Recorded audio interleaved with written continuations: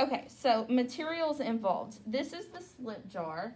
So this is just watered down clay, all right? And you can, even if you didn't have water or slip, you could really use water, but slip is best because it's going to make the tightest bond, okay? I've got a paintbrush to apply the slip, and then I'm just using a toothpick. This tool is really all you're going to need to create a lot of different things. I'm going to show you some examples of previous pot demos.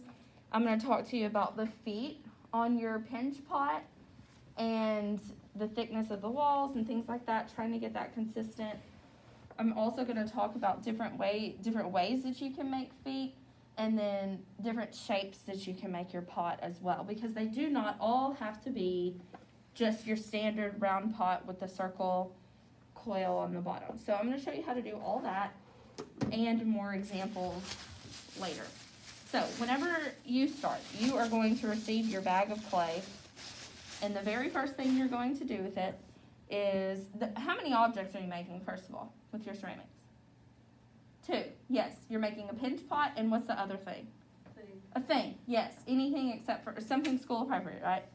So this is all the clay you need for both of those things. So whenever you get it, you're going to choke it in the middle, squeeze, twist. So now you've got 2 chunks. Take the smaller chunk, that's going to be your pinch pot. I'm going to show you how to make that. The other half, I want you to put back in your bag immediately. And you don't have to tie it tight, but just give it a little twist and turn. Why did I bag up the other part of my clay? So it does not dry out, okay? If you leave it exposed, it's going to dry quickly. The more you work this clay, not quickly, but it's going to start to dry and you'll get more cracks in that clay. As you work this, if it starts to get a little bit dry and crackly, you can take a spray bottle of water. There are 2 water bottles there. You can spray your hands just like a light spritz and the clay itself just to kind of get a little bit more moisture introduced there. But you don't have to wet it at first. It's wet enough, okay? So the first objective is to get this into a bowl. And so I'm kind of just punching it a little bit, and if you see any dark lines, any dark cracks like this, you need to kind of incorporate that all down to one. So I'm pushing it with my thumb. If I see any of those, I want to smooth those out.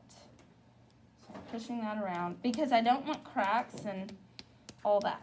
Now, for my demo, I'm not going to make this really perfect. You would spend a little bit more time perfecting, making the sphere as spherical and smooth as possible at first, okay? But once I get, and it will benefit you to make it really nice and perfect, because then once you start to open up the walls of the pinch pot, they'll be more even and smooth, and even thickness will be good. Okay, so this is good enough for me. The next thing I'm going to do, ladies, if you have long fingernails, this may be kind of difficult, and I can help you getting started if you need me to. You're just going to plunge your thumb into the pot, okay? So you create this one depression, and then you're going to start working your hands around like this. So if you can do this, you can make a pinch pot. So it's surprisingly intuitive once you get your thumb down there on what you do. You just kind of spin it around and you start to open up a bowl in the pot, right? Once you get to the bottom, you need to leave a thickness there, and you can feel it with your thumb and your middle finger. This needs to be at least 1/4 inch, because as you start to carve any clay or take any clay away or move the walls of the clay or anything like that, you don't want to make it too thin, because what will happen? Yeah, you might put a hole in it. So leave a good 1/4 inch of thickness there on the bottom. Now, how thin is too thin? For the walls of your mug or your pot or whatever you're making, you want about 1/4 inch is good too. Don't make it too thin, because you're always going to be moving that clay, and it's going to be really hard to work if you don't have some thickness of clay there to work with, all right? So I've got it kind of opened up. If you want the walls of your pot to go just more upward, Then keep your thumbs closer together as you start working that clay around, and the clay is going to go more upward than outward. Okay, so oppositionally, if you want the walls to be a little bit wider, more like a bowl form, as you're working it, you can have your thumbs spread out more, and it's going to open up like the mouth of that pot more. Completely up to you. Once you get to this point where it's just kind of chunky, you can leave the thickness at the bottom, that's fine. And you can kind of establish the bottom by just kind of mashing it kind of down on your surface, not real hard, just a little bit. And you've got kind of a flatness there, and the bottom on the inside is kind of established. Now you can start raising the walls of your clay and thinning out the walls of your clay. And it's really easy to do. I'm going to start pinching on the bottom. I'm just going to squeeze. And you see that clay then becomes displaced. It's getting pushed up, right? And that thinned out the wall of my pot, so it's not like 1/2 inch thick, which is too thick. And I'm just going to do that all the way around.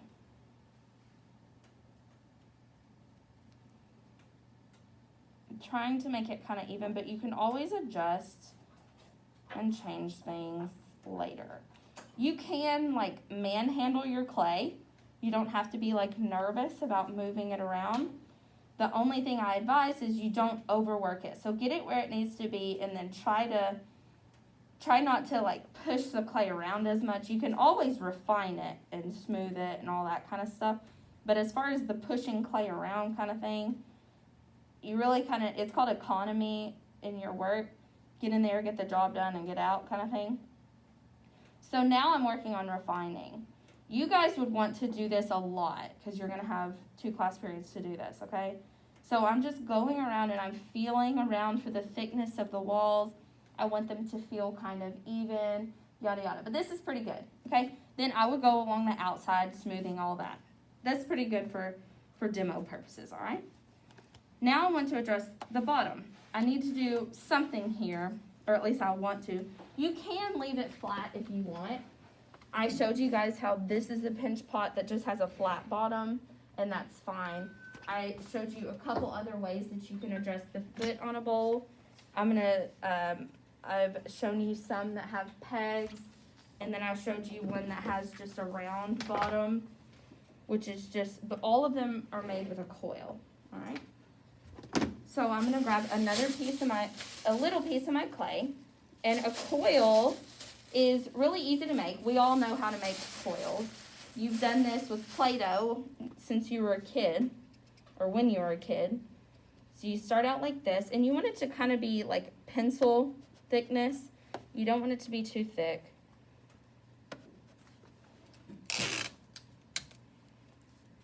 I'm just going to take my surface down.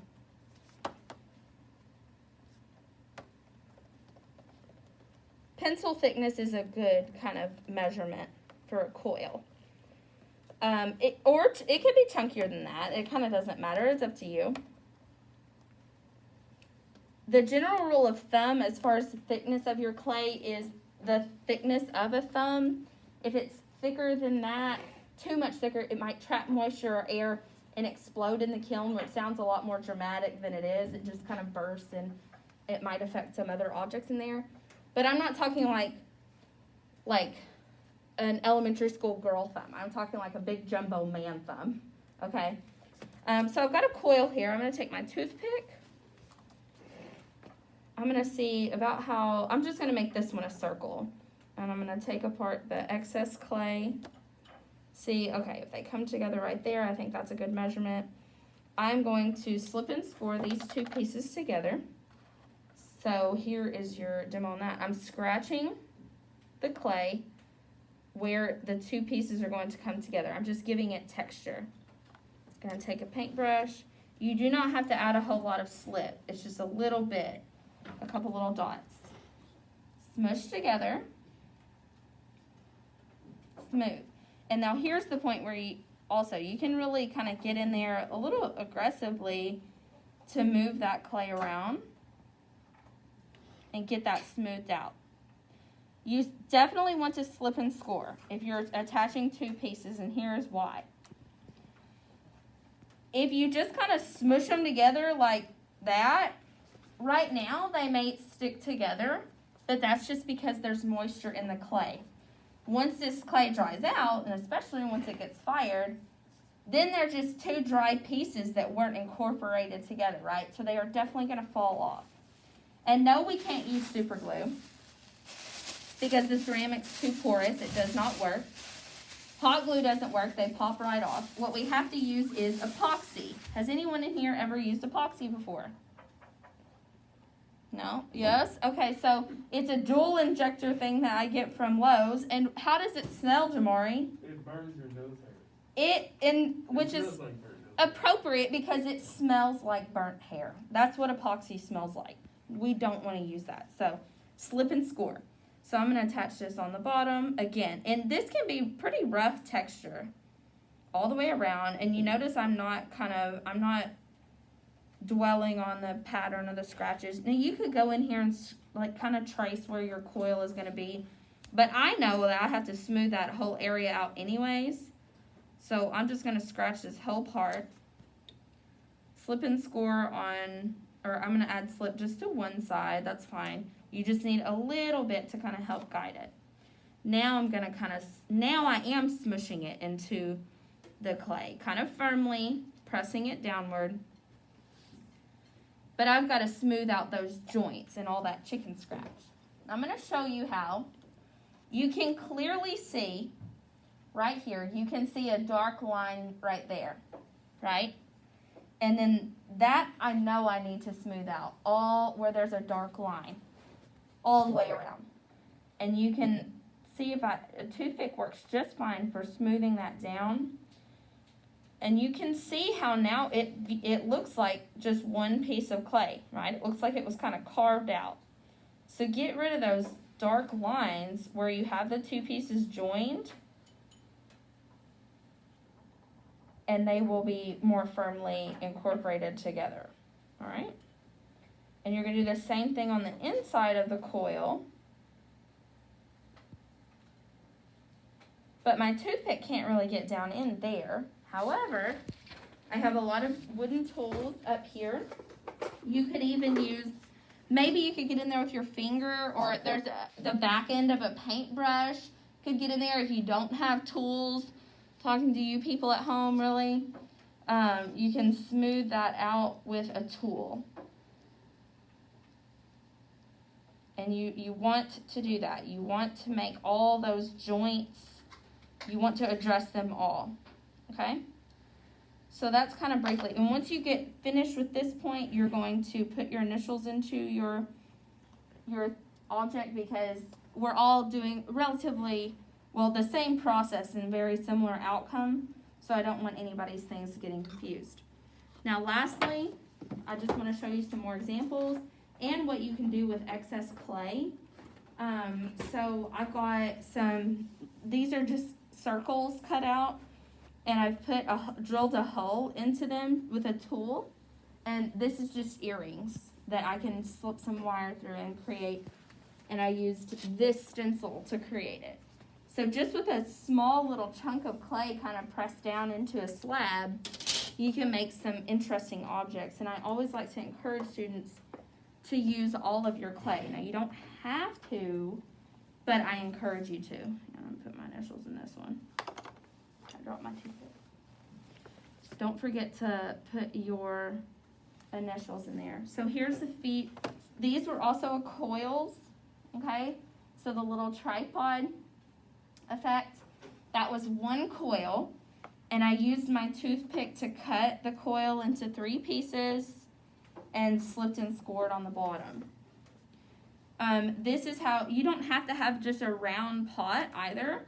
You can alter the shape of your pot. So this, I just kind of brought the 2 sides in and then just used my toothpick to cut out a shape there. I wanted to kind of go for like a little shell or like bathtub kind of effect. I'm going to show you, I have 2 other examples that I can show you.